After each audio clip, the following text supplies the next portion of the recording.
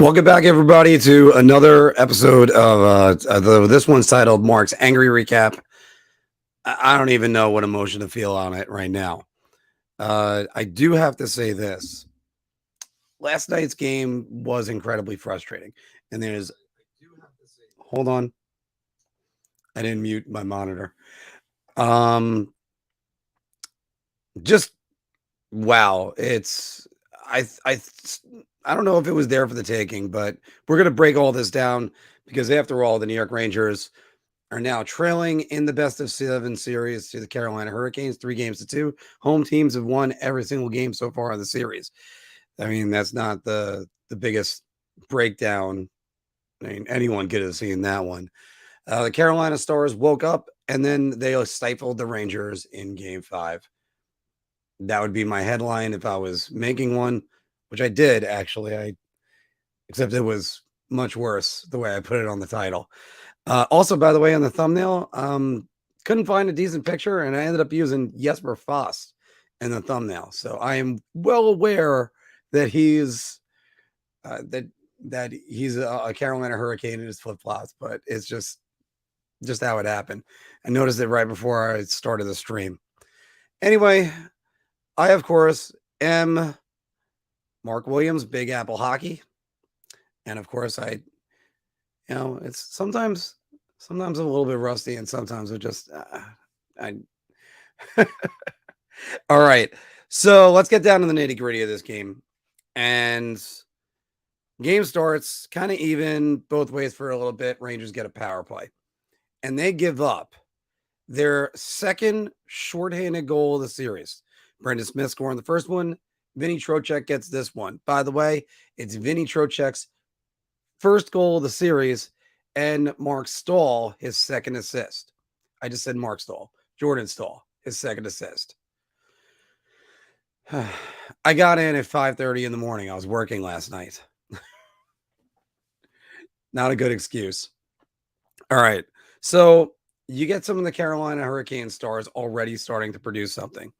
And I just want to put this in perspective that the New York Rangers in the regular season, 55 goals scored, 2 shorthanded goals against. And they've allowed, I believe it's 4 shorthanded goals in the playoffs, because the Pittsburgh Penguins were able to notch a couple as well. That is not good. That is not good on any level. And this one was against the second unit, so you can't blame anybody on the first unit. Jacob Trouba giving the puck away. Kendra Miller tried to sell out in order to block the shot, but it just wasn't meant to happen. So, and Trocheck, give him all credit to finish, but that is, and also the pass from Stahl, that is a perfect saucer pass. But it just, you can't be giving the puck away in the neutral zone, and you can't be, at the time they were even power play goals scored and shorthanded goals. Well, allowed, I mean.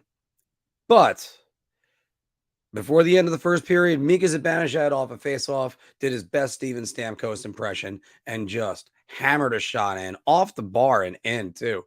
Well, off the post and in, I should say. And it was just a perfect shot. So the Rangers are going to need to bring that. And this is actually right now the actual tally, because now they're up 3 power play goals to 2 shorthanded goals allowed. But that's not going to get it done. First off, by the way, 1 is too many.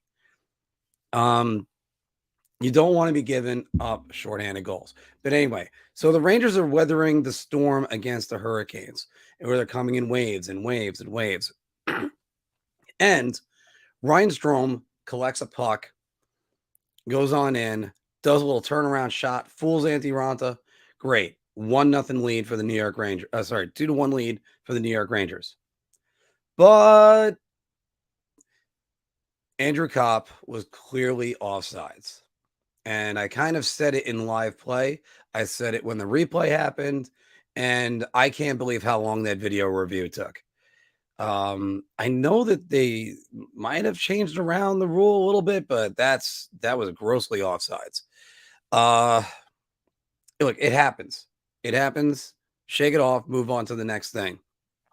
But a few minutes later, Teuvo Teravainen scored the Canes' first power play goal of the series, Tony DeAngelo getting his first assist. It was a good pass down low and almost a great save by Igor. If he almost went post to post to make that save. You can't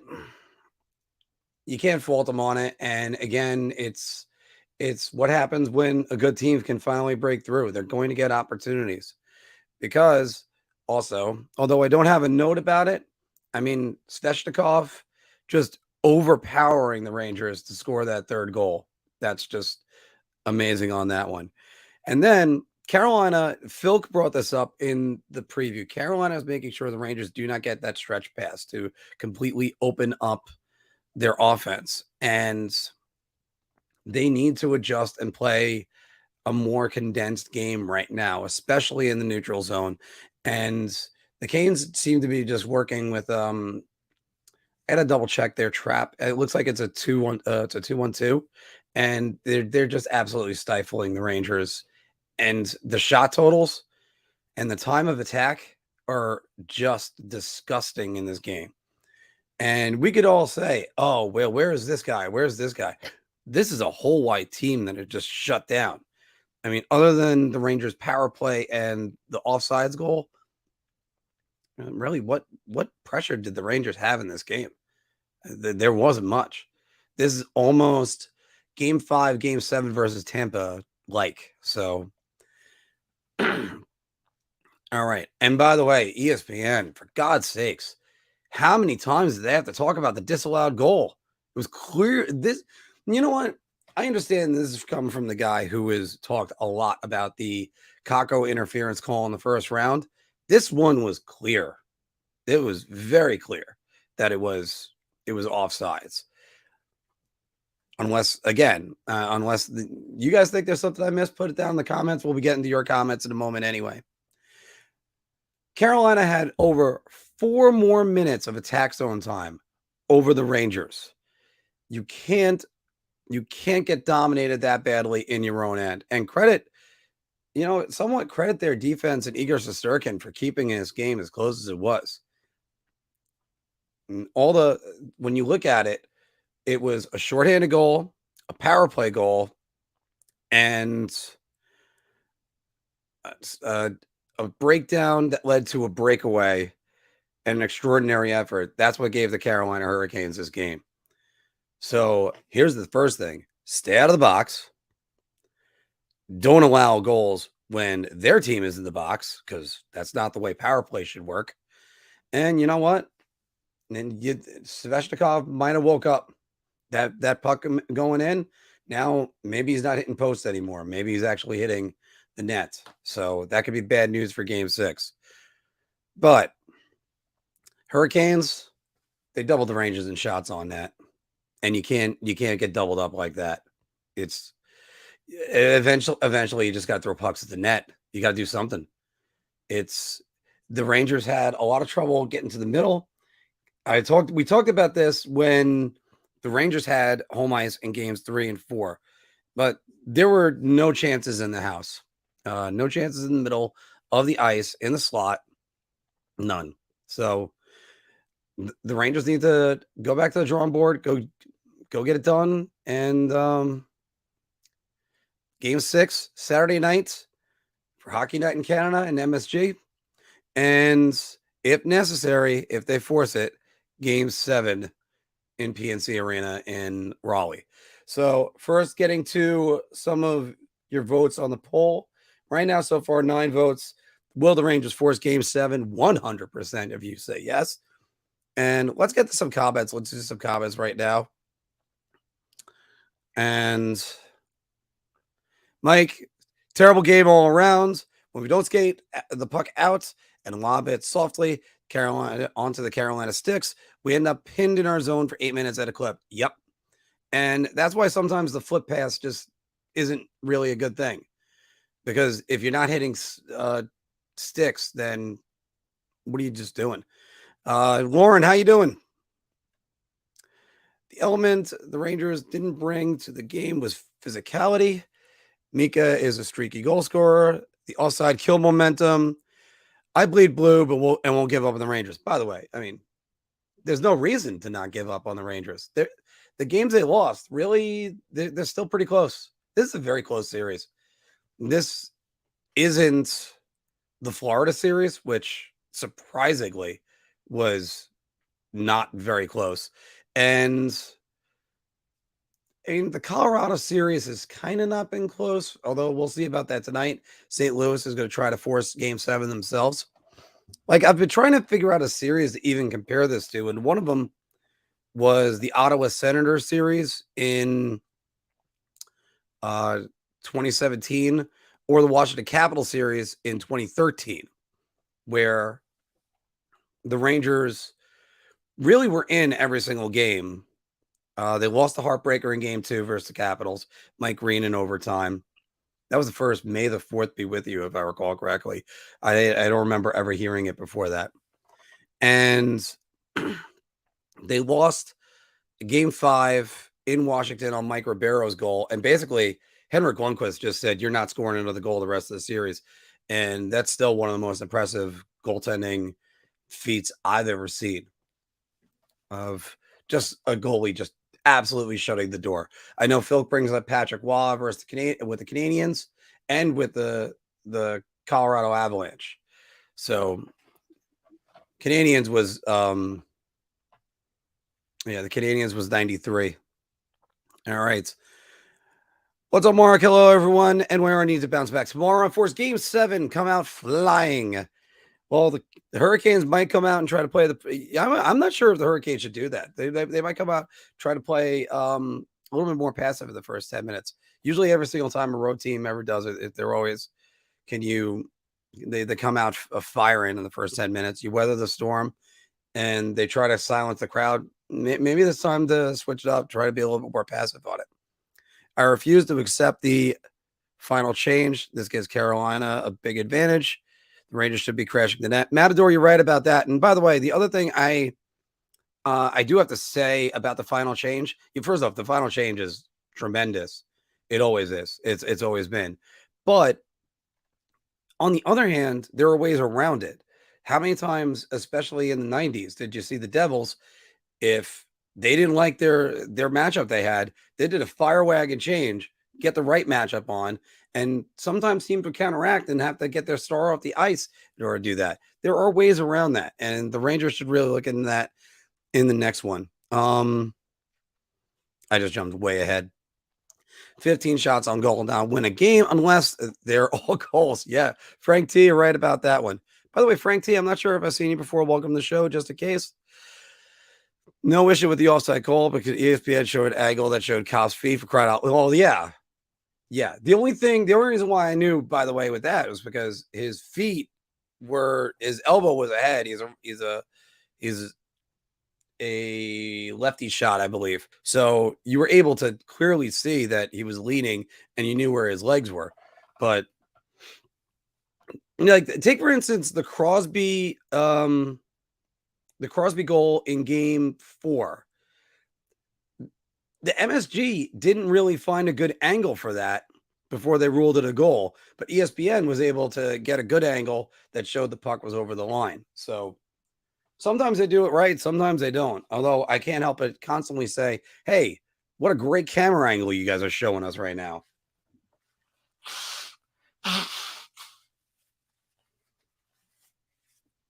Sorry, allergies.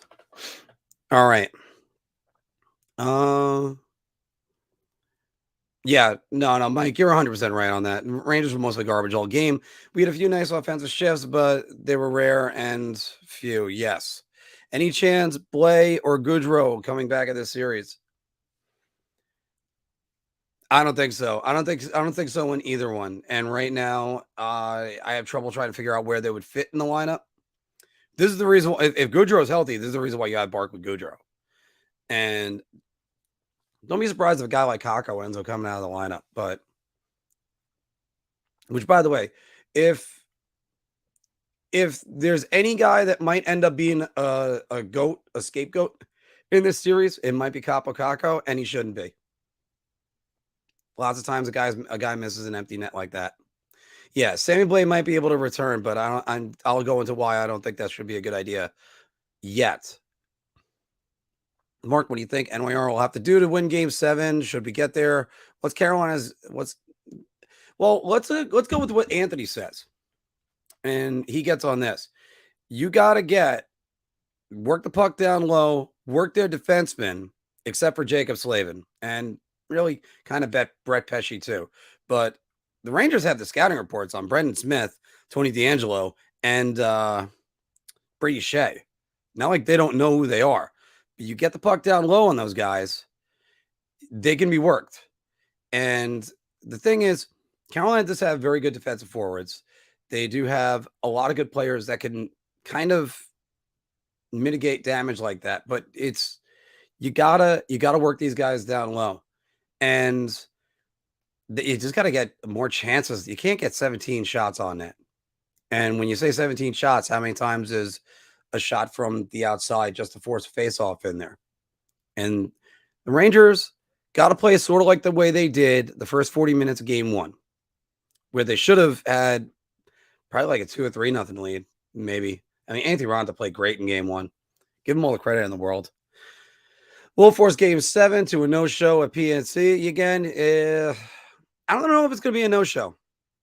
Sometimes it's when you get a team that has a chance to close out, there's a little bit more jump. I mean, hell, look at that. Look at Game 7 that the Rangers already had versus the Pittsburgh Penguins. So that was a big one. Sammy B might be able to return, but here's the thing. Let's go with first the lineup perspective. And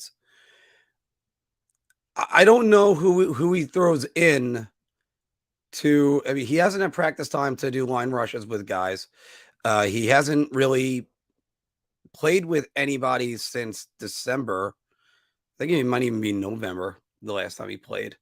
But I think it's kind of unfair to both Sammy Blay and the rest of the guys that are playing right now. The other part about that is Sammy Blay is going to be a restricted free agent, and he might have to worry about his contract. I know it sounds stupid to say, especially when your team is facing elimination and you want to be part of this. Sammy Blay does have one of those like great experience factors being on the 2019 Blues, but unless he is 100%, I wouldn't let him play. If I was both his agent, his coach, and his GM or his teammate, be like, nope, you got to make sure that you're checked out, because all he needs to do is blow out his knee again, and he's gone for another 8 months. It's not going to really work. Because I think actually Sammy Blay is going to be a New York Ranger again next year.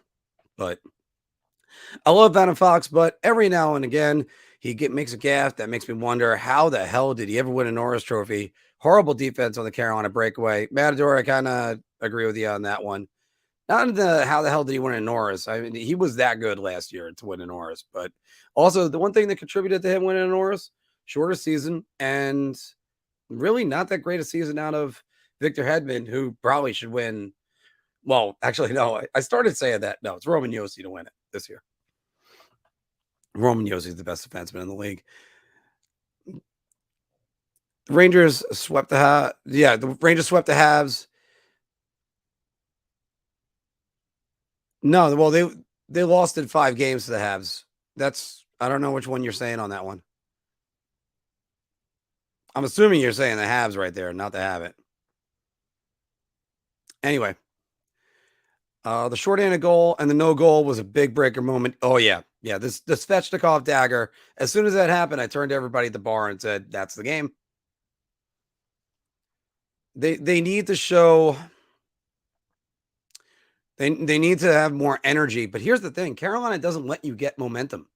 That's the reason why the Rangers really haven't pulled away in any game when they've had the lead. Carolina, the way they play, they stifle your momentum. That's just what they do. Rod Brindamore, big matchup coach. Yes, he is. Well, every coach is a big matchup coach. Every coach, Alain Vigneault made sure Derek Stepan was up against the top line all the time. Rangers had no offensive pressure. We lost battles on the boards and stayed clear of Monty Ranta. That is all correct, Mike. Got to get traffic in front. You can't stop what you can't see.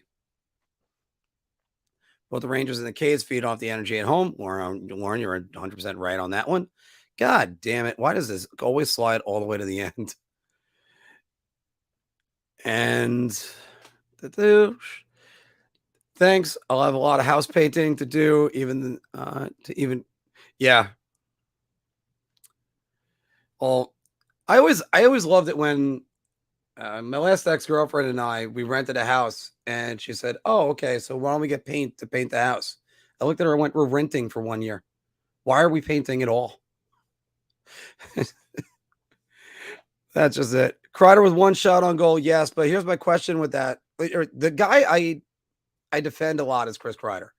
But here's the thing. How many Kreider's chances always come from deflections, rebounds, and occasionally it's his wrist shot. I am having a video coming out breaking down all Chris Kreider's goals. That being said, you got to do more than 1 shot. And credit Carolina, which had the Stahl line up against them. Jacob Slavin, I believe, was also up against them. And they just smothered them. And we talked about this in, I want to say, the Game 3 show with Pete Mack and Philk, that back in the 90s, when you wanted to take the Rangers out of the playoffs, you keyed on Brian Leetch. And when you got rid of Brian Leetch, everything else fell apart for the New York Rangers. So they're taking Adam Fox out of this series. And no big surprise. When Adam Fox is produced, the Rangers have won. All right. I think for us to win in Carolina, we have to do more than just get off the plane and ride the PNC. I do agree with that. Yeah, and before I take you on the road, where can I type like, share, subscribe so we get more Drunken Marc post games? Yes, we need more Drunken Marc post games. I mean, there's definitely not going to be one until at least in the next round because I'm working Monday night and tomorrow night. Hard to have a drunken post game while you're doing that, but everybody don't forget to like, subscribe, hit the bell for more icons, or also, smash the like. Smash the like. All right, let's get back to the rest of these comments. All right. Rangers keep Mac life easy for Ranta.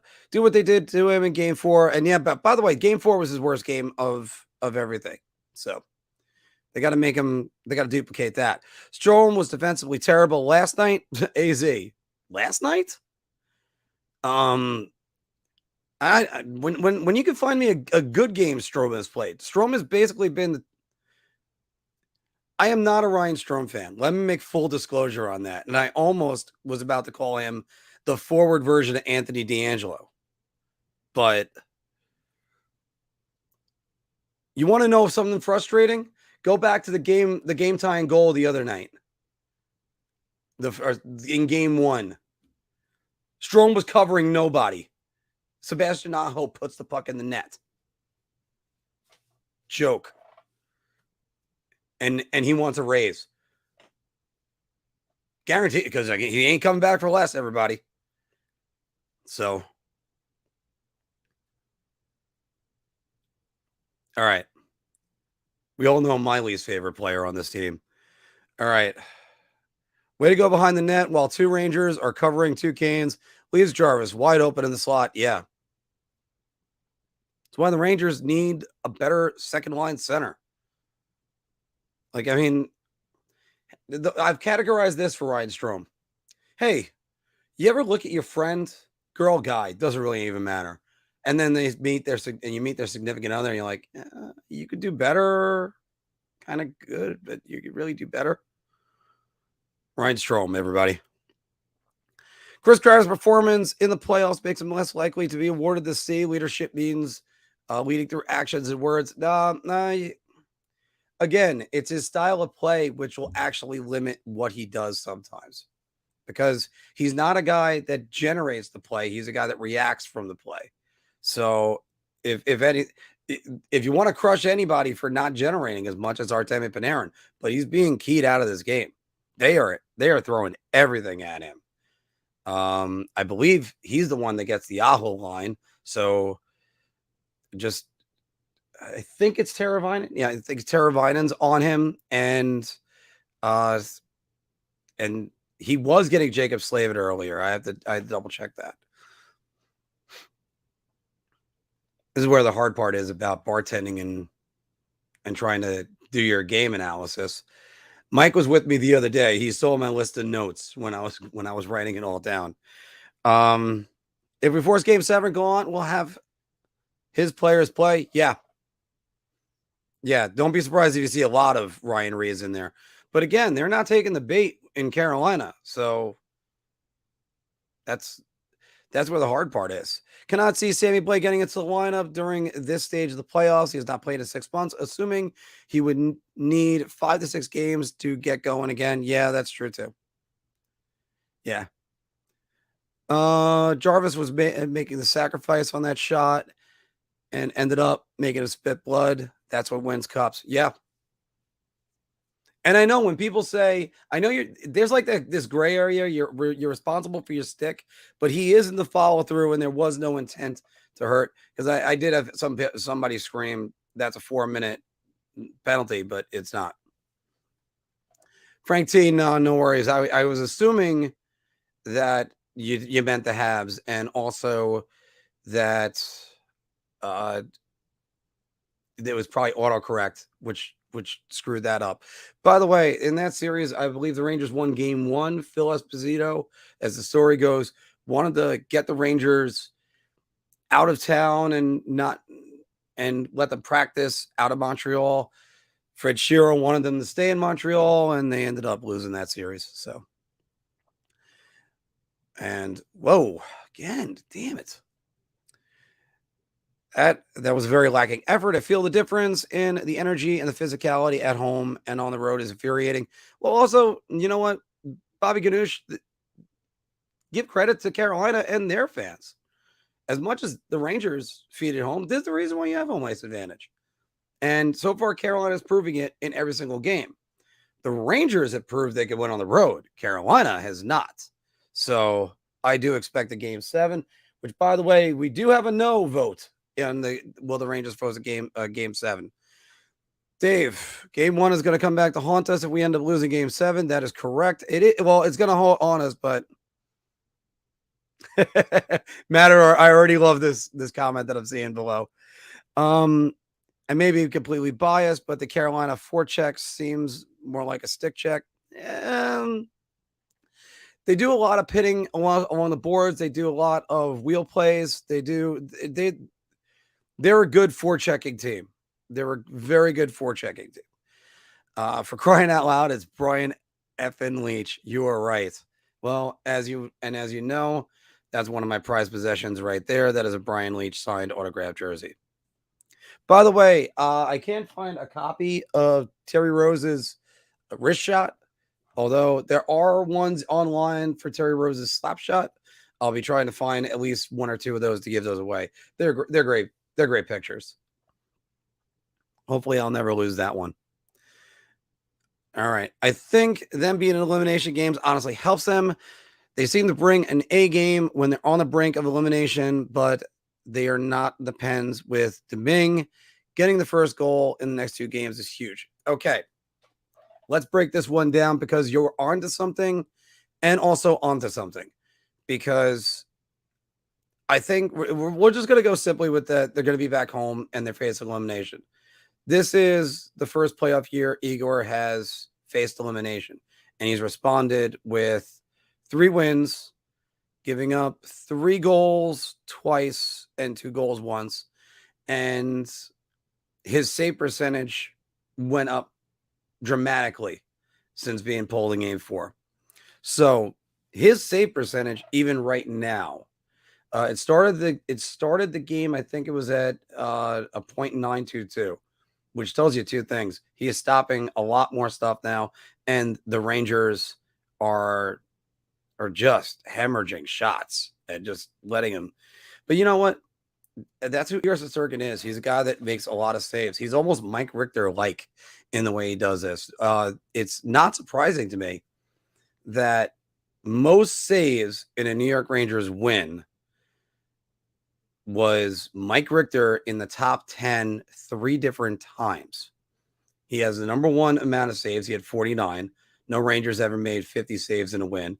Right below that, oddly, this one actually shocked me. Henrik Lundqvist with 48 saves. And that was a triple overtime game. That was the one against the Capitals in 2012. But Mike Richter, when teams poured it on Mike Richter, that's the thing. Some great goalies, the more shots they see, the better the more into the game they are, and the better they get. Dominik Hasek, obviously the number one example of that.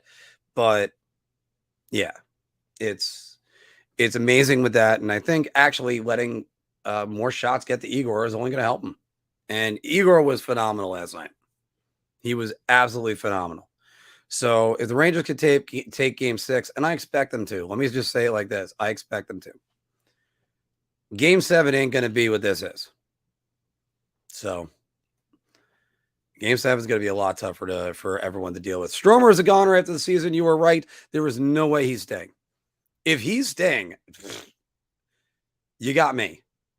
If he's staying, you're going to say, okay, good.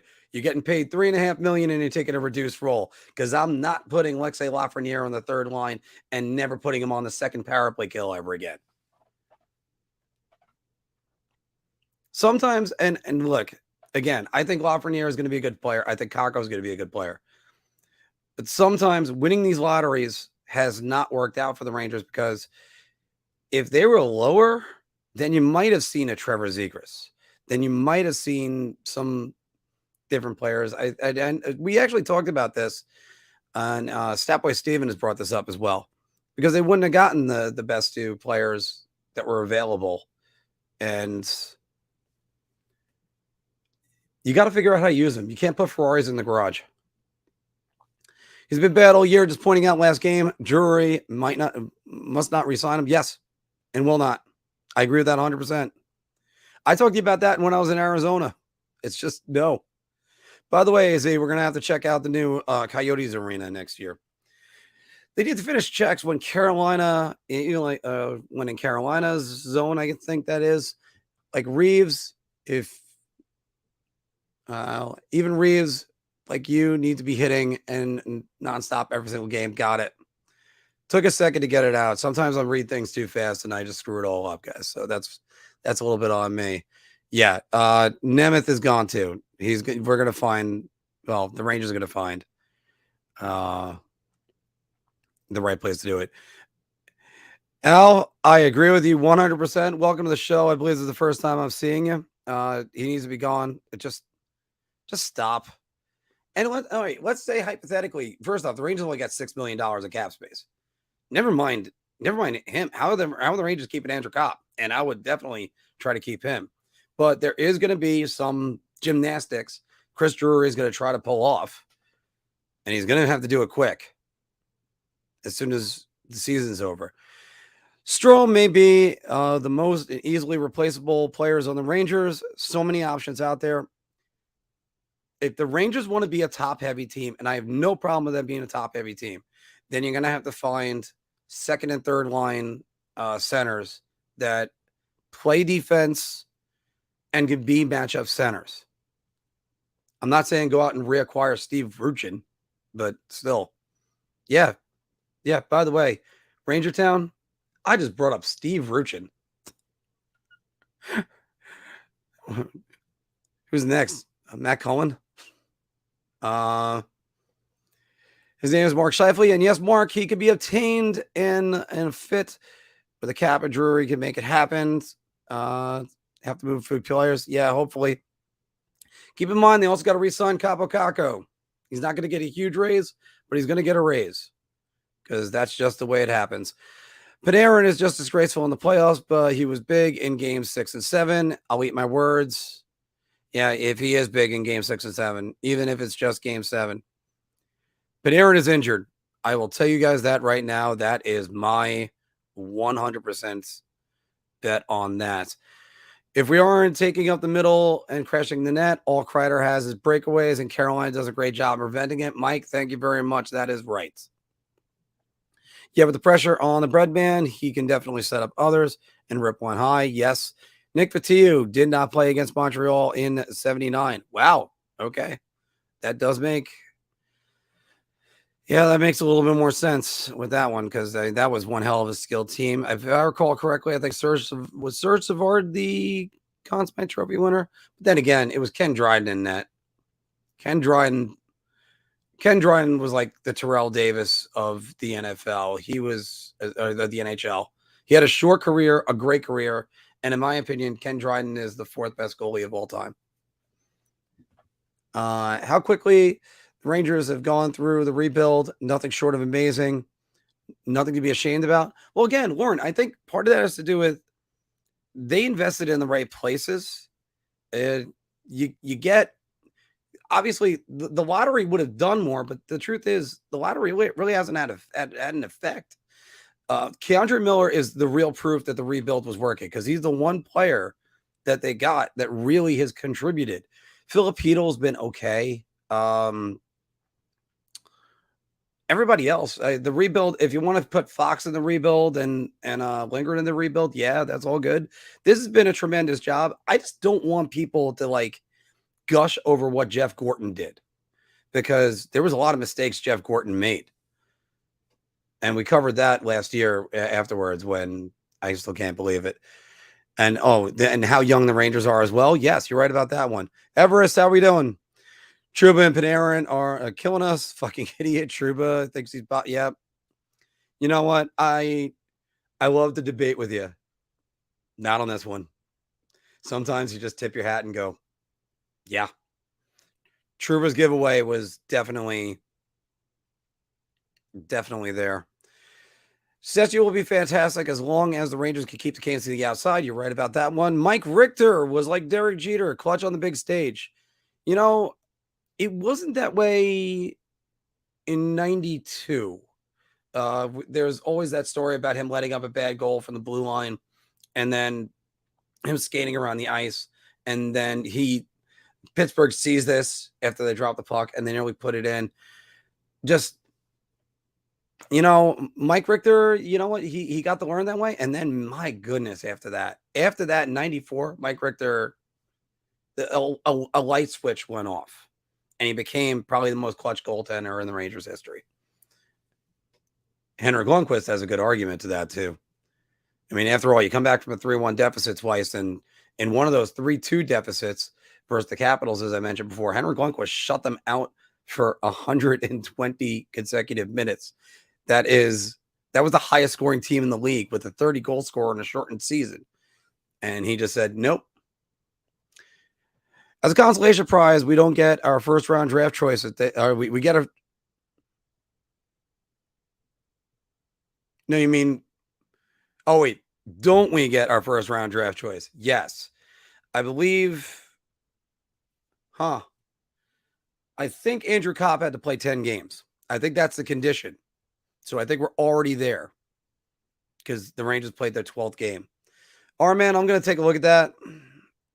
I think he's past that. I think it was they had to play 10 games. I don't think it was that they had to play 2 rounds.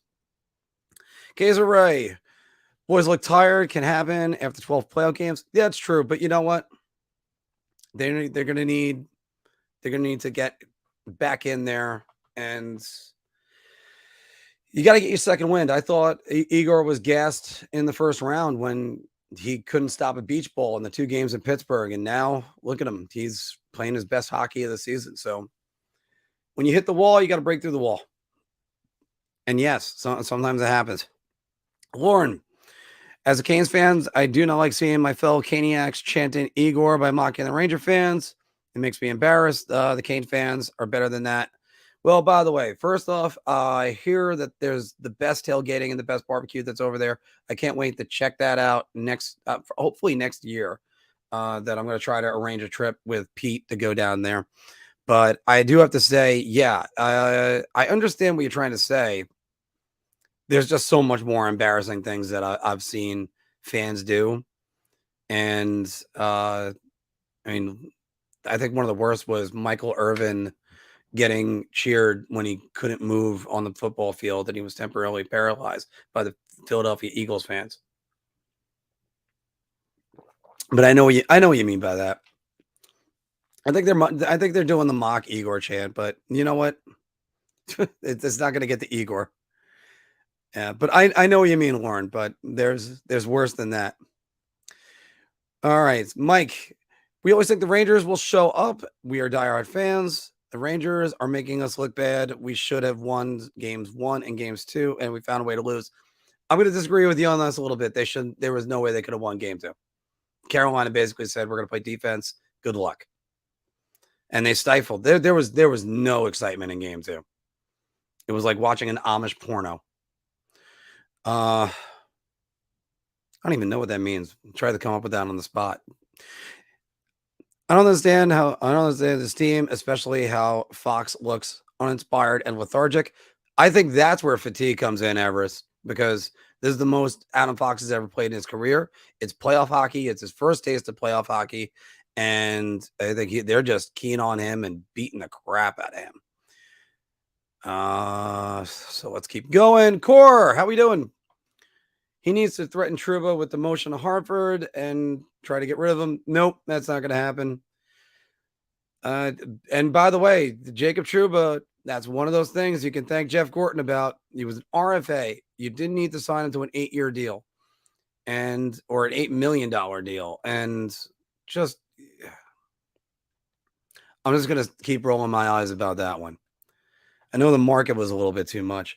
Maybe we keep play on injured reserve, trade Nemeth to get more salary room. But you know what? I don't think that's going to happen. Keys for game 6. Feed off the Garden energy. Get a power play goal. Don't give up a shorthanded goal. And I think the last one is just try to let Igor see the puck. Keep the Canes out of the middle. It's very generic, very easy. I actually think they're going to be fired up. So it's going to be all good. So, and heavens, everything is going great. Kind of heaven eyes. So, Marc going to Nashville next season. When NYR visiting, let me know if you can get down, depending on the time of year. Might get 18 holes in. Actually, I just played. I went to Nashville for the first time back in October when they went. If you guys haven't seen the video, Marc on the road. It was actually the first Marc on the road that we had. I can't wait to do more of these. That's what I really can't wait for. But Hermitage Golf Course in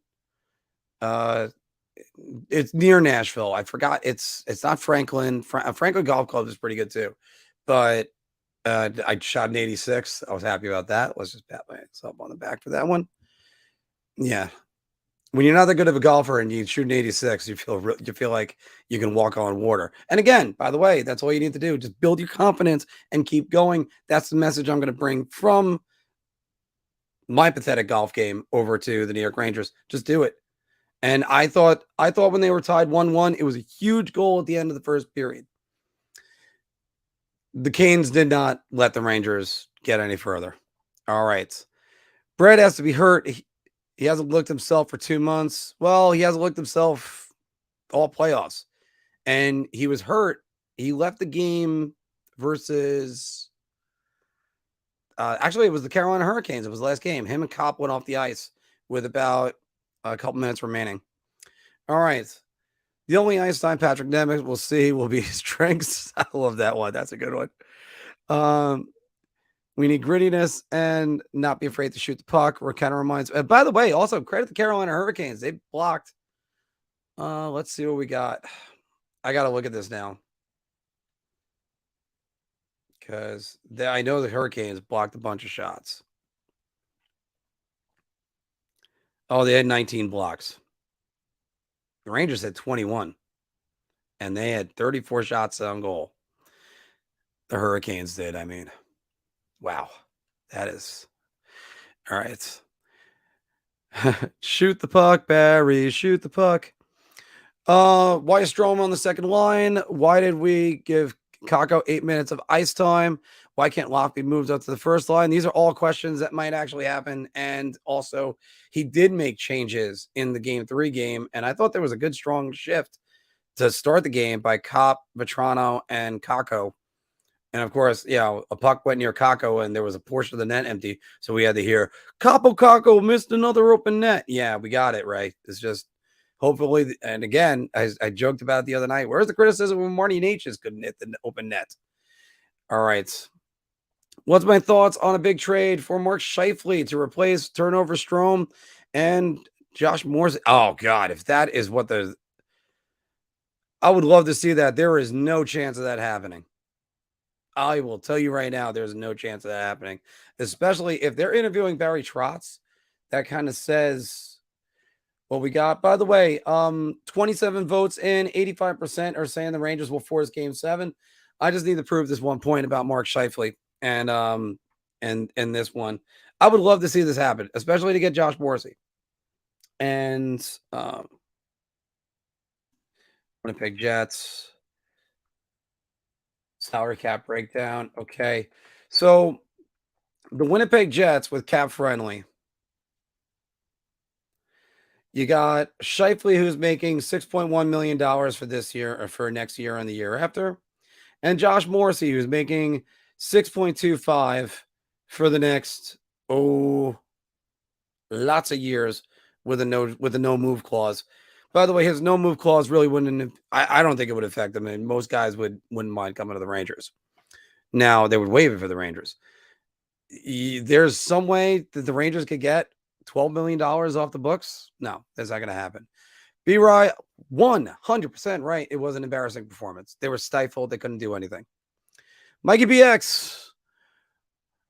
What's up, New Yorkers? Don't be down. We got this. The Rangers will win the series and to have faith. Panarin better be injured the way he's playing. You know what? The way that a lot of this works, and I'll point to the general manager, Chris Drury. A lot of guys will go, why is this guy injured? Why is this guy injured? Then you hear about him afterwards and going, oh, okay, that's why. 2009. Chris Drury had a goal and I believe an assist, or maybe he had 2 goals and 1 assist against the Washington Capitals. And the first thing was, well, why isn't he scoring? Why isn't he scoring? And one of those goals was a game winner. He had the game-winning goal in Game 4. That was a great shot, by the way. And then you find out after the series, Chris Drury had a broken hand. Nick Zherdev, you remember that name? Nick Zherdev. That guy missed more open nets than Kakko ever could. And he was definitely a reason why the Rangers lost that series. I mean, Nick Zherdev.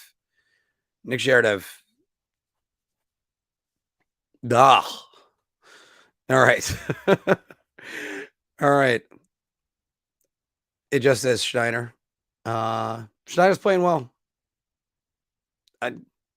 When you got nothing to say about somebody besides that they're taking the body and they're playing good defensively, that's it. Notice how much better Schneider got since Patrick Nemeth hasn't been in the lineup. Mark Scheifele doesn't play D either. Yeah, by the way, that's something I've come to find out. There was like a wins above replacement defensive category. Mark Scheifele is worse than the NHL.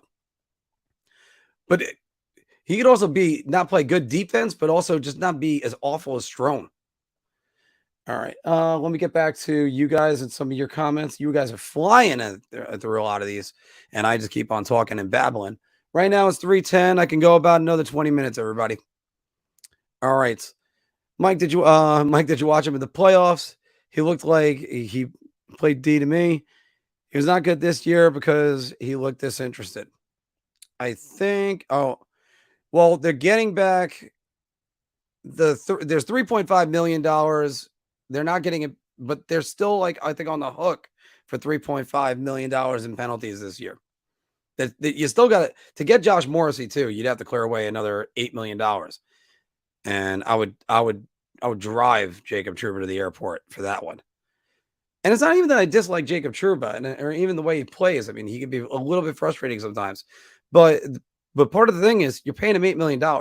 Remember how people killed Henrik Lundqvist for making $8 million, 8.5? All right. Disagree with Panarin criticism regarding last night's game. Perfect feed to Zibanejad on the goal. Surprisingly good defense. Yeah, I think part of the problem is he's not on the score sheet.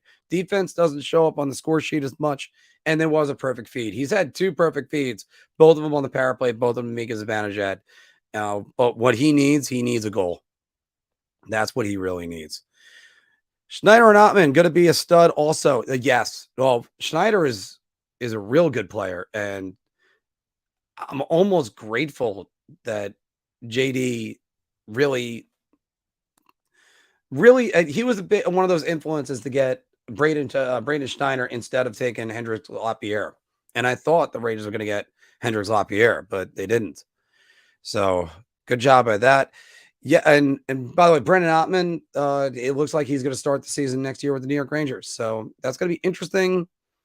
He's going to be in one of those spots that either Kako and Frenier have, where he's going to get third line minutes, and then it's going to be all right. What are you doing with this kid?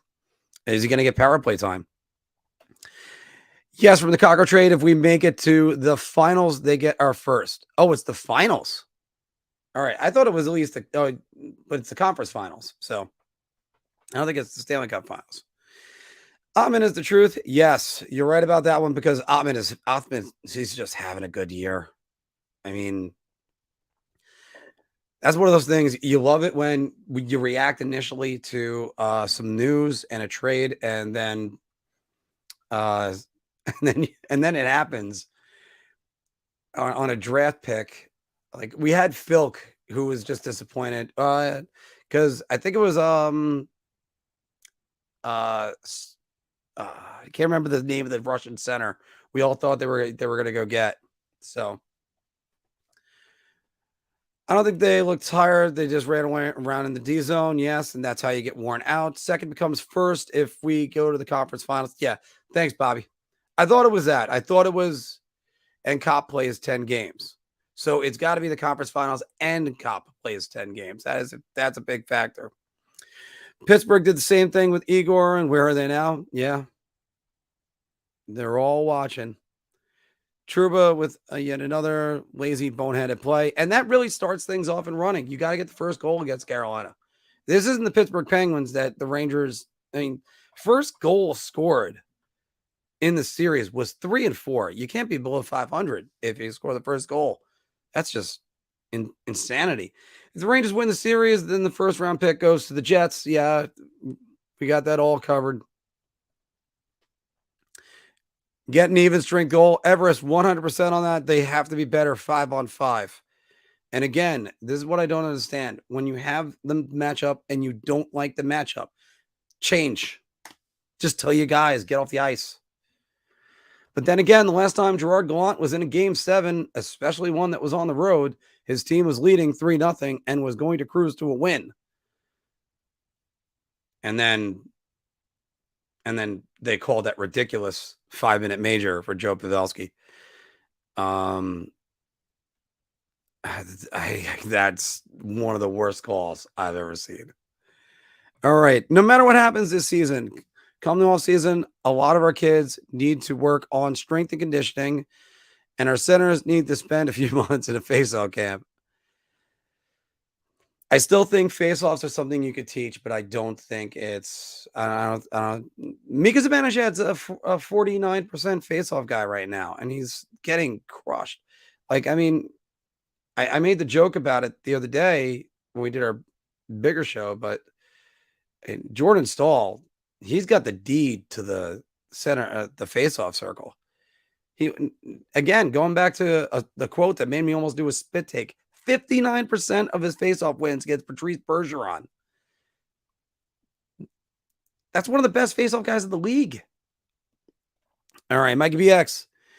Is it me or does anyone else want to kill Ray Ferraro? He sweats Aho like he's the second coming. I love Sebastian Aho, so if I'm impartial, I can't help but do that. But yeah, that's the only reason, and we had Ray Ferraro on the show, and I can't wait to have him back on again. And he was fantastic. He was a great time. But the only thing I have to say about it is sometimes he just locks on to one opinion and just keeps just repeating it. Who was the guy that always did that? Pierre Maguire always did that. Anyway, they need to score first, play with the lead, and force the dirtbag Canes to open up. Yeah.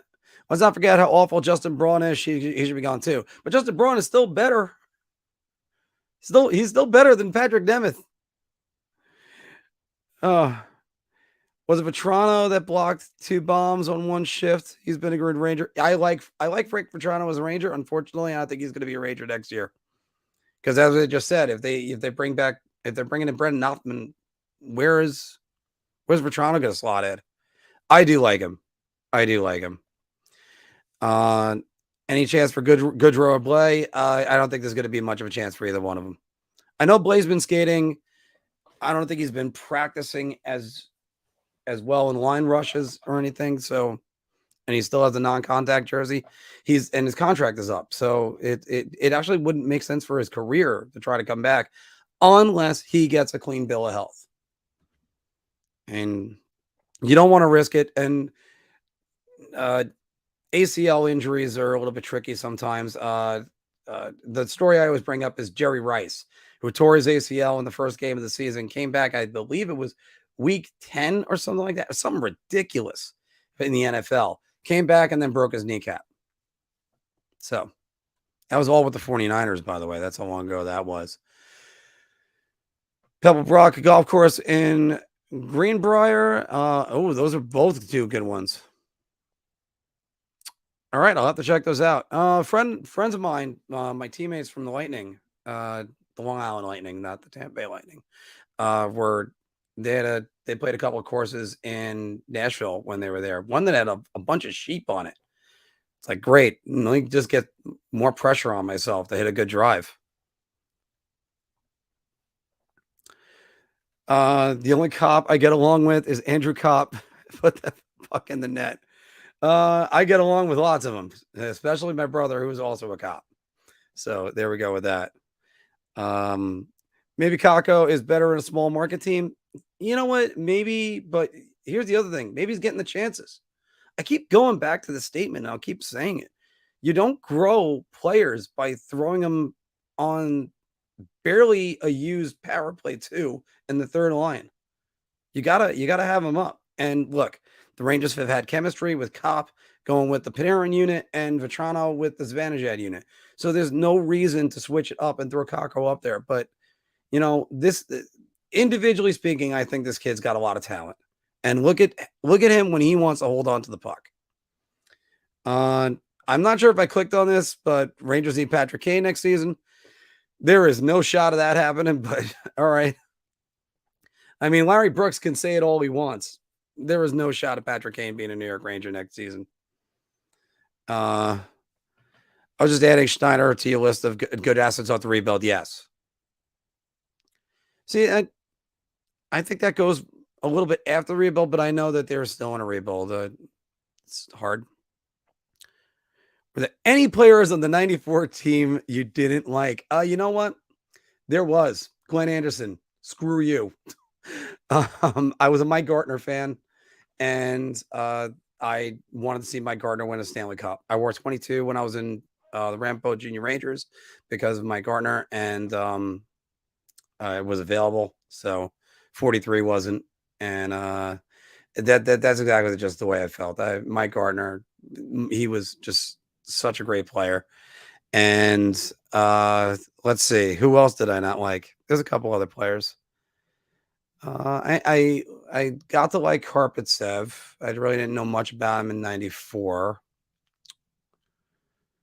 I like Mateau. I sort of like Noonan.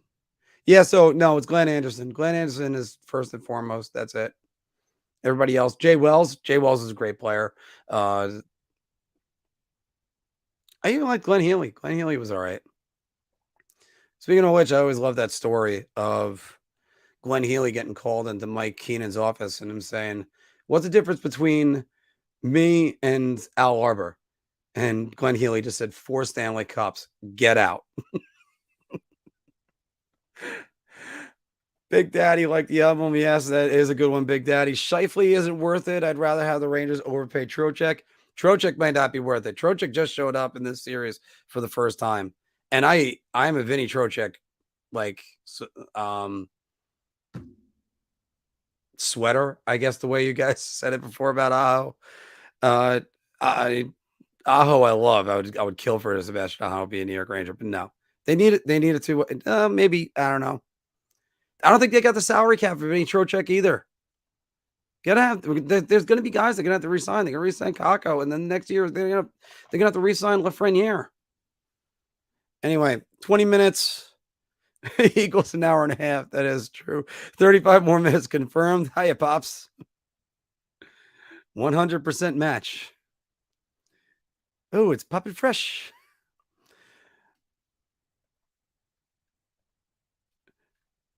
Yeah, Trouba. I wish I could figure out with Trouba. Hold on, guys. We got some bots.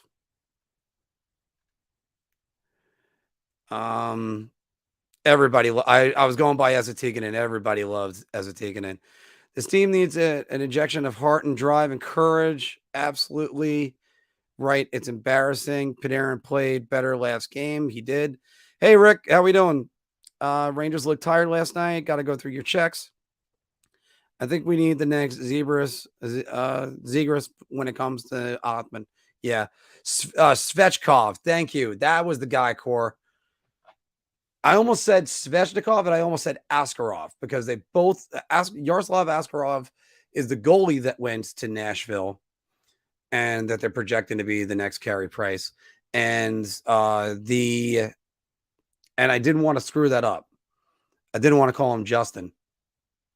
Anyway, Trevor Zegras. Yeah. Imagine if Trevor Zegras was on the New York Rangers. Oh, he'd be on power play 2 and the 4th line. And yeah. Well, David Quinn would have found a way to ruin him right away. Where have you gone as a Tikkanen blue shirt fans turn their lonely eyes to you? I agree with you on that one. They could really use an Esatikinen right now. Rangers also got to take a big swing on Kadri.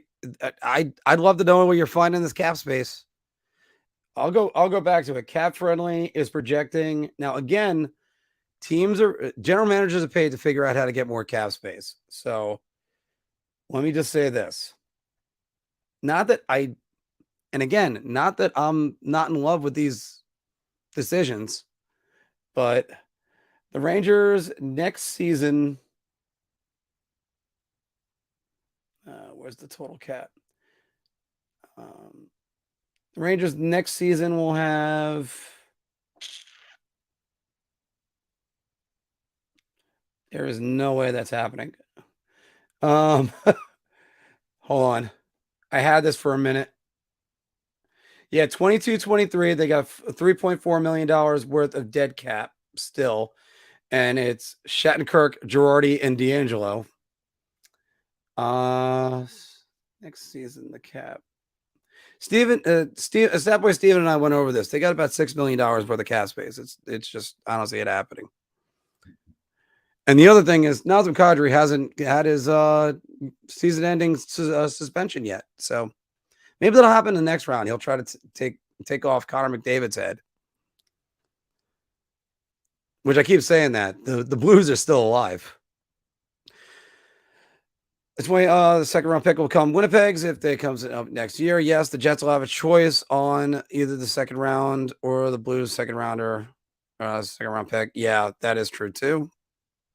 That was in the Buchnevich deal. With these games, Jack Daniels and I have become great friends.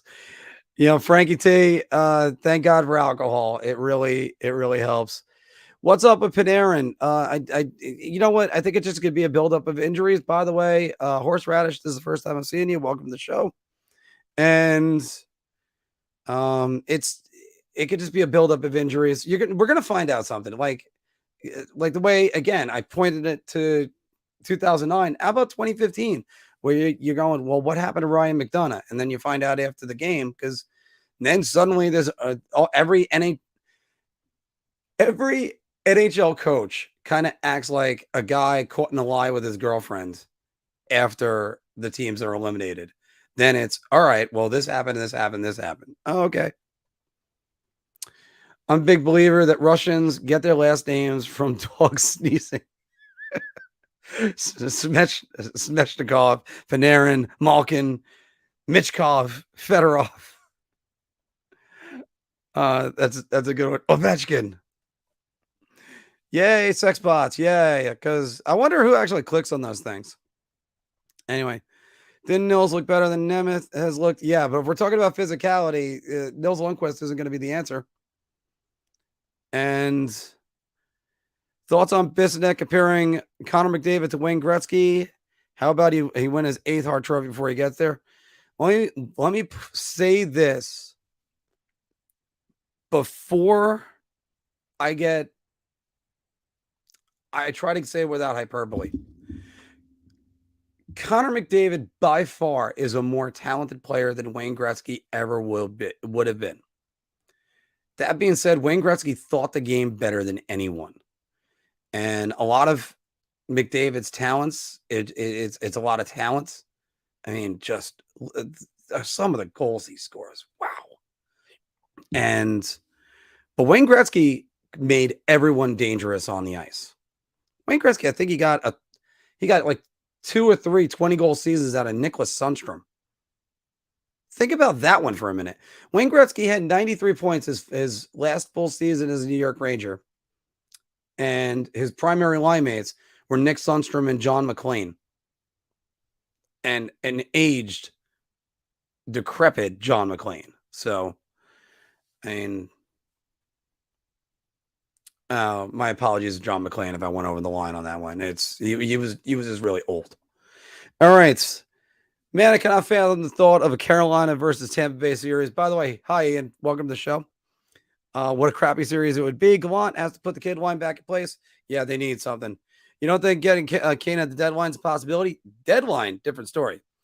They still have Nils and one question, Nils and Jones in their system, and the Hawks are rebuilding. If Taves leaves, why wouldn't Kane follow? Yeah. Oh, wow. R-Man. How about that one? You know what? I think that's a possibility. I worry about still growing these young kids and putting too much star power around them. Also, by the way, the other thing is Kane wants to go. And that's the other thing too. Kane's got a full no trade clause. So it'll be interesting. It'll be interesting to see about that. It's just when Larry Brooks brings it up all the time. And you just look over and go, really? This is really going to happen? And Arman, that's great. A long time ago. I was on that team in 1998. I was encouraged to play by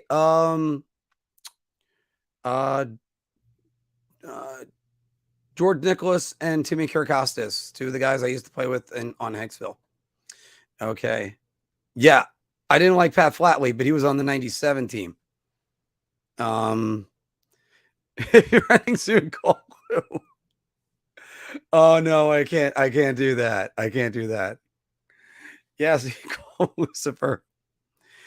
Yeah, sad we lost both Ray Liotta.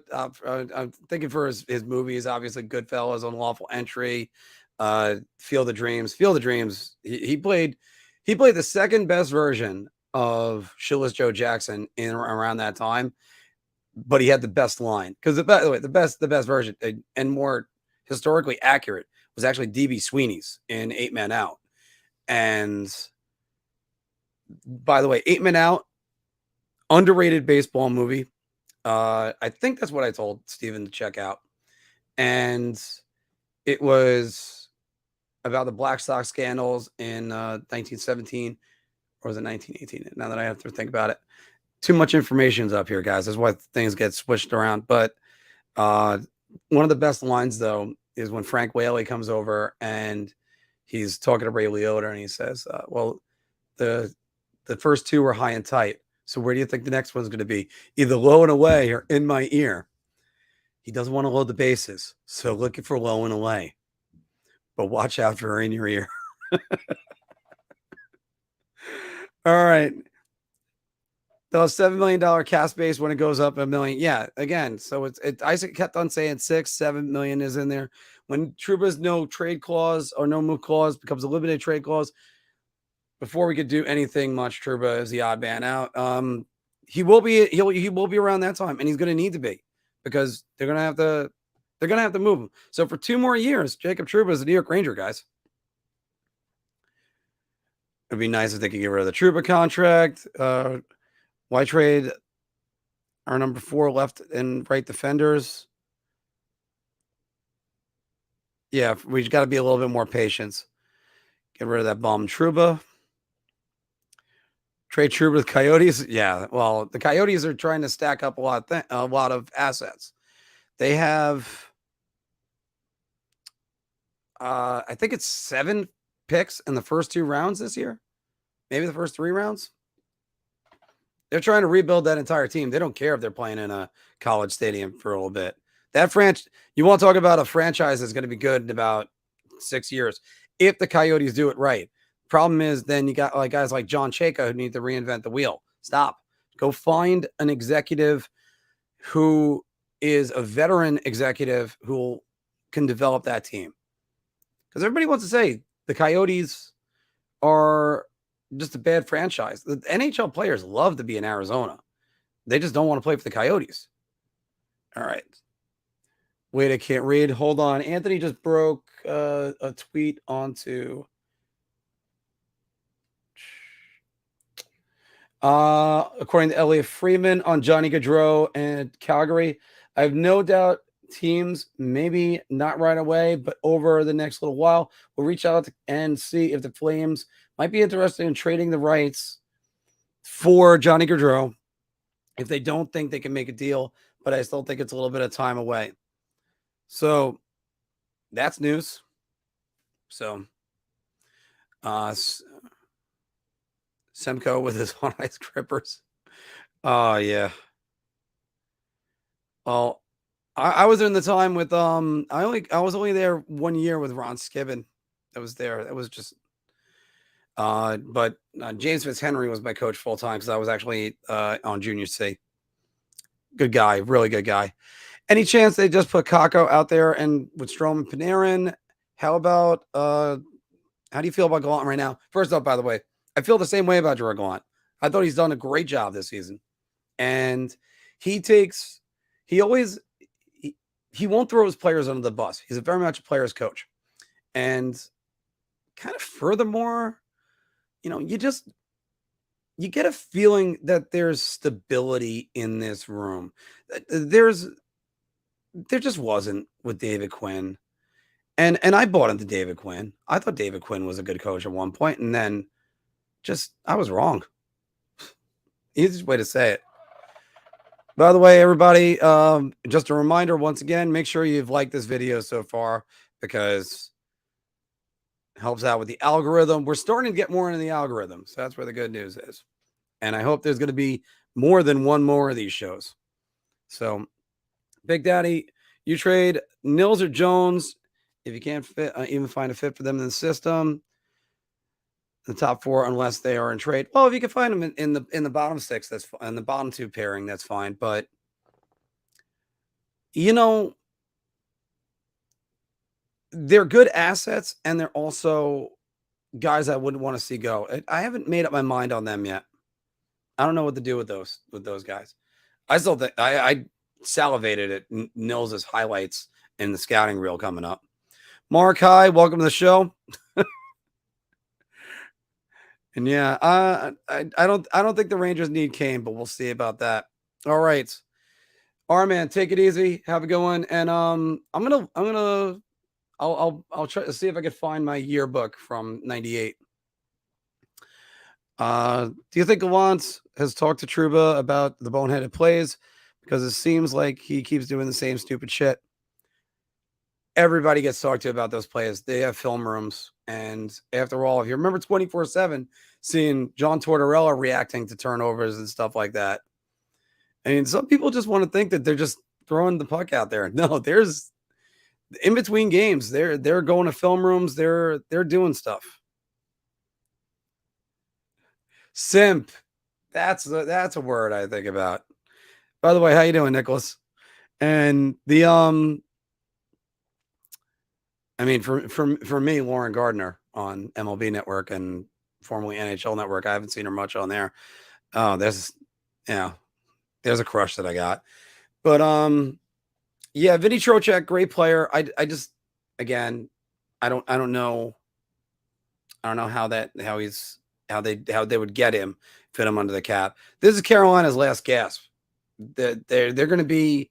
They got a lot of pending free agents. Pittsburgh Penguins got a lot of pending free agents. I can't wait for our free agency frenzy that's going to happen. I think it's July 13th. Free agent frenzy is going to be. So, and we got a lot of videos that we got in mind for the rest of the off season. So there's a bunch of those I just can't wait to talk about. So I'm gonna go with here. Calgary can't afford Kachuk and Gaudreau. I see them giving $9.5 million to Johnny Hockey and another team giving 8.5 to Kachuk for 5 years. Well, the thing about Kachuk is an RFA right now. Johnny Hockey is a UFA. So I can't believe the Flames are out. But then again, you'll see the way Connor McDavid played. You know that. I have no problem, by the way, with the Gretzky comparison. Wayne Gretzky is still the best player I've ever seen. What if the Rangers trade Trouba for Kane? I'm sure the Hawks take it. They're dumb enough to take Seth Jones. First things first, Trouba's got to approve it. And I think Trouba would approve to go to Boston over anything else. So I don't think that's happening. That was the trade that everybody was talking about. Which teams have the most cap space? I believe teams with the most cap space are I think it's the Detroit Red Wings. Oh, projected cap space. Here we go. Although it's saying the Rangers got 12 million. I don't think that's right. That is definitely not right. Buffalo Sabres, 43 million is what they're saying. Anaheim Ducks, 39 million. Detroit Red Wings, 35 million. And Arizona Coyotes, 33 million. The Flames have it, but again, the Flames only have 12 players on their roster. The Sabres only have 12 players on their roster. Detroit's got 15 out of 23. So Detroit's going to have to get on some contracts on there. The New York Rangers, by the way, only have 14 players on there for next season. I don't think that number is right. Because again, I thought it was less than that. And that's according to Cap Friendly. I'm doing this on the fly, so I got to make sure I get it. Pops, actually, I'm glad you brought that up. I got to say this. I'm surprised they waved it off. But it was a kick. I got to say it like that. That's a kick. That's definitely a kick. Because you saw the foot just twitch forward, and you kind of saw him put it right in front of the puck. Now, I do think they could have said it's a stride. It could have been an accidentally on purpose thing. Just really quick, because I'm gonna be signing off in a few minutes. What do you guys think about that kick and goal last night? By the way, I'm gonna end the poll right here. 32 votes, 84% say that the Rangers are going to force Game 7.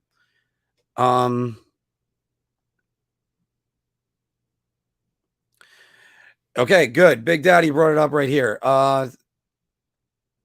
No, but let me bring up that goal for you guys, because there's an angle that really does kind of make it look and make you understand.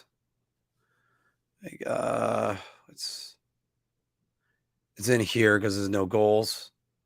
I'm gonna have to silence this.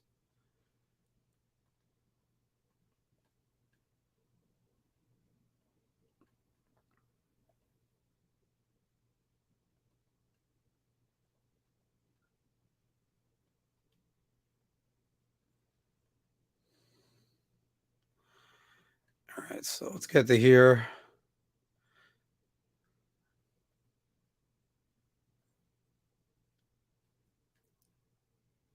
And let's make this full size for everybody. Now, you're going to see, watch the left foot kind of go right at the puck. Now, that one doesn't look as bad. There's another one they're going to show you. Damn it. All right. So but it kind of goes right at it. There's one angle that you do see a just motion like that. And I turned to everybody at the bar and I said, I don't think it's going to get called back, but that's a kick. All right. So what teams have the most cap space? Montreal was hot to trot for Laffy. In a hypothetical world, would you trade Laffy and the number 1 overall pick for Shane Wright? Here's one problem with that idea. And I know what people are talking about with this. And yeah, Shane Wright would be a great addition for the Rangers, and he'd also be a center, which they badly need. No, because you have to get a player that's established. And that's where the hard part is, because then you're resetting the clock on this rebuild. The odds of Shane Wright coming in next season and scoring, let's say, 40 points. I'll give it a low number. Lafreniere's got 30 points right now. There is no reason why he can't jump to 40 points if he got 19 goals.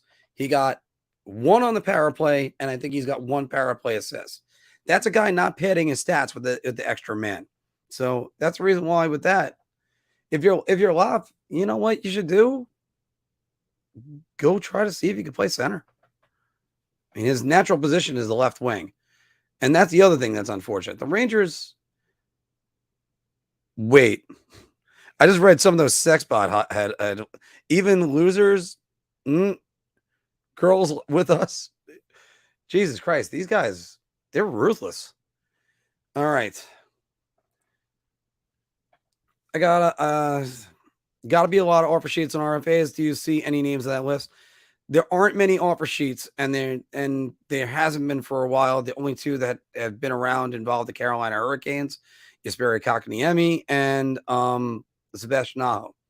And the funny part is, I forgot if it was Don Waddell who was the GM at the time for them, but when Montreal put that offer sheet in, the offer sheet was there, but it didn't really cost them much either, by the way, in contracts or in players that are draft picks that they have to sign. So, or that they would have to be compensated for. So Montreal kind of made a safe bet, but all they did was help Carolina re-sign Sebastian Aho. Because the Carolina's GM at the time, I think it was Waddell. I wish I had Pete on to remind me about that. Or Warren, who was in the comments.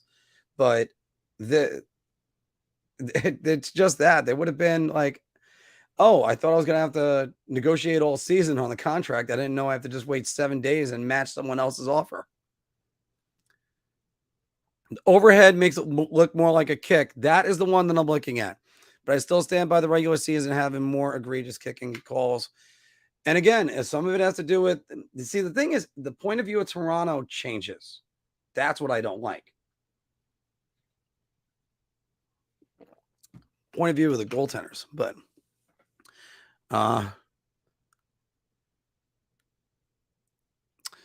yeah, you got to be careful with that. You never want to. Well, if I get a copyright strike, I just block it out. But I haven't gotten a copyright strike yet. I think you're only allowed about 6 seconds with that. And no audio.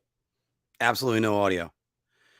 But by the way, Ian, 100% right about that. How about they give us not only guidelines to follow, but then also how about ways to recover? We had a bad sex bots again. We had a bad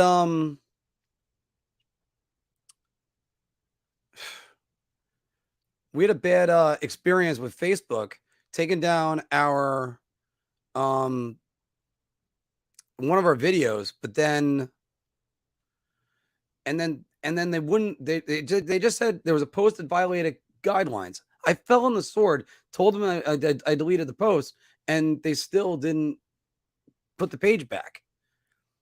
I mean, God help you if you're able to talk to somebody that can actually fix problems. Silicon Valley, everybody. Don't worry. We should definitely have a government disinformation board. Sorry, that's the most political I'm going to get with that. I'm sorry. The government shouldn't be telling us what the truth is. Anyway, back to this. Did anybody see the Empire State Building's response to Twitter for the Hurricanes? I got to check that, Romanello. But Laffy's doing great considering his age. He's been involved in a lot of big plays. He will only get better. Panarin is only 30 years old, and he's going to reach his prime in the next couple of years. Panarin is in his prime right now. So Al, I gotta say that. Um, he's in his prime. Why are folks so high on Scheifele? He can't win faceoffs. Here's the other problem I have with Scheifele. And I again, Mark Scheifele, I love Mark Scheifele. But Mark Scheifele, if you end up putting him as the number 2 center on the Rangers, when's he getting number 1 power play time? But again, I keep going back to that. You got to get these guys. You want them to develop. You got to put them on the power play. Can't keep putting these guys second string, and eventually you run out of money doing this. This is how Toronto screws up. I think locking. Depends more on the team. Oh, kicking. Yeah, I got it. On the team who does it, yeah. Are there any hockey trades that the Rangers can make a 2 or 3 center, preferably one that can win faceoffs? That's a great question. That's something I'm going to look into because when it came to last season, I looked into guys that the Rangers could trade Pavel Buchnevich for instance, and I looked around. I think I said on Cap Friendly Mason Appleton to try to get like somebody like that, or even Andrew Kopp. I had in mind, but I figured they might want to keep Andrew Kopp. So those are 2 that I suggested. Now immediately going, really Buchnevich, but you're only training his rights because you don't have anything else. You still got to re-sign the player. This was mentioned to us by Marty Biron when we thought that the Sam Reinhart trade was light. But that being said, go around, look over at the faceoff guys, look at the faceoff percentages, look at the Rangers didn't want to pay the price for Philip Deneau. Now imagine if Philip Deneau was here. And I was psyched as all hell when they had Andrew Kopp, and they're using Andrew Kopp as a wing. I think Andrew Kopp is much better as a center. And when Panarin was out, Kopp played really, sorry, not Panarin. Strome was out. Panarin played really well with Kopp. So, and Kopp is a better player in every single way over Ryan Strome. So, the other, and Ian, I agree with you a little bit on that. And I hear that, but also could be that there's players that maybe he just doesn't get along with. So, I'm not here to bash Mark Scheifele or try to figure out what's going on with that. But I will say this. Bringing in another number 1 center to not be a number 1 center usually doesn't end well. Unless you're playing them together. I mean, hell, Wayne Gretzky was able to play with Mark Messier, but they're both friends and they were both on the same power play unit. All right. So I keep hearing that Shipley is a locker room cancer. All right. Going another 60 seconds, guys. Because unfortunately I got a bunch of things I have to do before I'm working yet again this week. We're not, everybody works this week, but I'm working again tonight. I've already been in the last 2 nights and just, it's very tiring. Shifley's end of the season interview was not good. Made himself sound self-centered. Yeah. And also, I think some of the players complain about him too. I have not looked into the Mark Scheifele stuff because I've been too busy focusing on the New York Rangers. But the other thing is, let's be honest. If Barry Trotz goes over there, Mark Scheifele's playing more defense and winning more games, and that's to know redefine the term defensive forward. Yes, he did.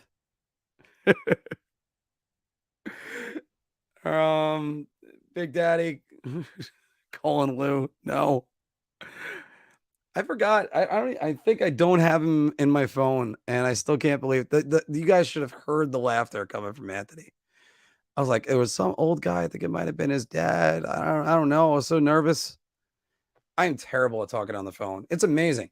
The only reason why I'm able to do this is because, years of acting, but also, just it's it's just oh yeah. Before that replay, we must have missed all sides all the time. Well, here's the thing: it's more of a cut and dry thing. And oh, John, hi, how you doing? By the way, John, this is the first time I think I might be seeing you. Welcome to the show, just in case. But Bruce Spence. Oh wow, I gotta look that up. But For a second, I thought you were. Well, I have to see Mad Max again. That's what that reminds me of. I saw the last one I watched was Fury Road. That was an incredible movie. That was just amazing. But all the replace Cop will replace Strom, younger, cheaper, better. Yes, and also he back checks. I'm telling you guys, look at the Sebastian Aho goal that he goes in. And I think Panarin is the closest guy to him, but he has a man on him. Trouba is the second closest guy to him. He's got a man on him. Strome is just gliding in without anybody near him. And if you look in the spot behind, that's where it is. So, all right, yeah, guys, I gotta cut it off here. Just it sucks, but I gotta start. I gotta decompress a little bit. There's a couple errands I had to run. But this has always a great time. I mean, I thought I was going to come on do an hour. I did 90 minutes. So hopefully we got 2 more of these for the Marc's Angry recap. And hopefully I'm not drinking Tuesday for the last one. First off, hopefully there's one on Tuesday. So people ask me too. They're like, why don't you do one at the bar? I'm like, how the hell am I doing one when I have a packed bar and I'm working? Yeah, and by the way, Big Daddy, I do got to agree with this. Out of all the players, Strome is the one that's healthy. That's the reason why I can't help but look at it and go, what's Ryan Strome doing? Outside of Game 2 in the Pittsburgh series, Strome has been next to useless, and I'm being kind by saying that. And look, everybody has their opinions. I would probably have put it in print or in a tweet a little bit more delicate. I blurted that one out. I'm not a fan of him. I've never been a fan of him. I gave him credit for when he did pretty well, but no, you got to move on from Ryan Strome. And the worst part, and I don't think Drew's going to resign him. I don't think he's a Drury guy. So Drew's going to want to get this team to be tougher and better. So we'll see about all that. You know what? I just got this in here, and I saw you on the other thing. Nig, the number one reason is you still got to go, because either it hold mice, hold serve, or you just gotta win. Just win, baby. Just win one game. And I understand Carolina's stifling, but you're gonna have to try to figure that one out, because the Rangers win this game and then if they win the next 2 games, Rangers have home ice advantage the rest of the playoffs. Well, unless they face Colorado or Salem. Unless they face Colorado. That's it. If the Rangers win the next 2 games, you got home ice. Go do it. They had more points than Edmonton. They had more points than St. Louis. So, and they got more than Tampa, and Tampa's the 3rd place team. That also factors in moments like this, because the higher seeded team is the one that's got the home ice. So, again, just win the next 2 games. There's no reason why they can't win tomorrow night. Romanelli, that's right. Hello, you play to win the game. Philk is saying that it would take either a 4th or a 5th rounder to get the rights to Johnny Gaudreau. I would say maybe you might get up to a 2nd rounder on this. Hold on, let me get myself back in focus. How did I fall out of focus? All right. I guess that's really showing the time that I have to get out of here. Guys, again, thank you very much. I'll be doing another one of these on Sunday, regardless of win or lose. And again, hopefully we're doing another one of these on Tuesday. Sunday is going to be Sunday. I'm not looking forward to Sunday in any way. Guys, everybody, thank you very much. Big Daddy, Nig Type, John Weber, Arman, the 30 of you that are still watching right now and listening to me babble. But this is why we do this. This is why we love this. And this is why now I'm back in focus. Great. All right. But can't wait to do more. And of course, guys, let's go Rangers. See y'all soon.